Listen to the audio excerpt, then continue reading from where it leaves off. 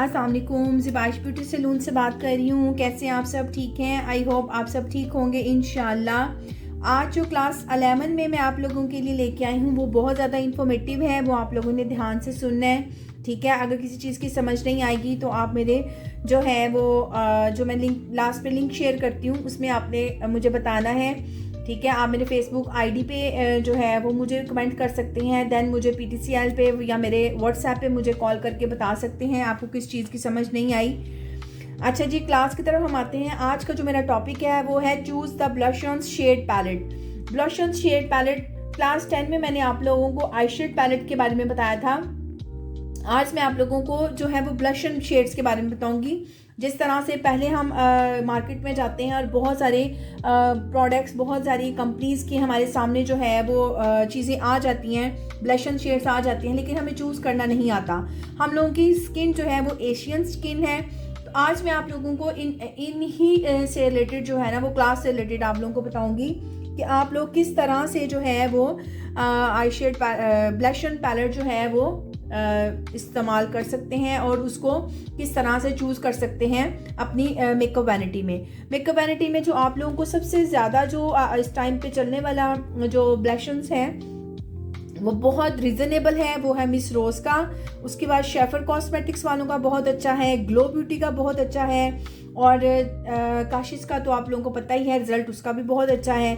ठीक है, इसी तरह से मुख्तलिफ प्रोडक्ट्स, मुख्तलिफ कंपनीज़ की जो चीज़ें हैं, लेकिन उसको देख के आपके अंदर एक चीज़ बस जहन में होनी चाहिए कि हमारे जो आई ब्लश ऑन पैलेट्स हैं वो हमारे मैट होने चाहिए, उसके अंदर शिमर नहीं होना चाहिए, क्योंकि हम लोग हाईलाइटर एक सेपरेट करते हैं। ठीक है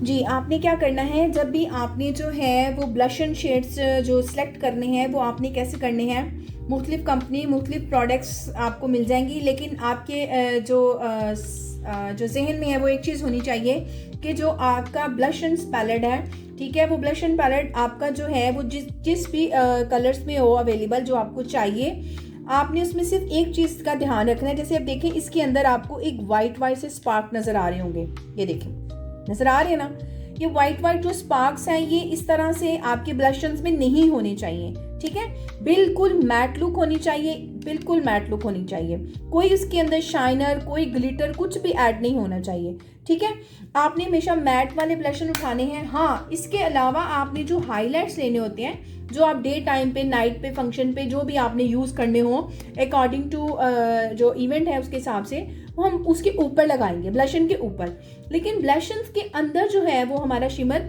नहीं होना चाहिए। ठीक है, इंशाल्लाह आपको मेरी जो ये क्लास है वो आप लोगों को बहुत ज़्यादा इन्फॉर्मेटिव लगी होगी। इंशाल्लाह नेक्स्ट क्लास में फिर मुलाकात होगी।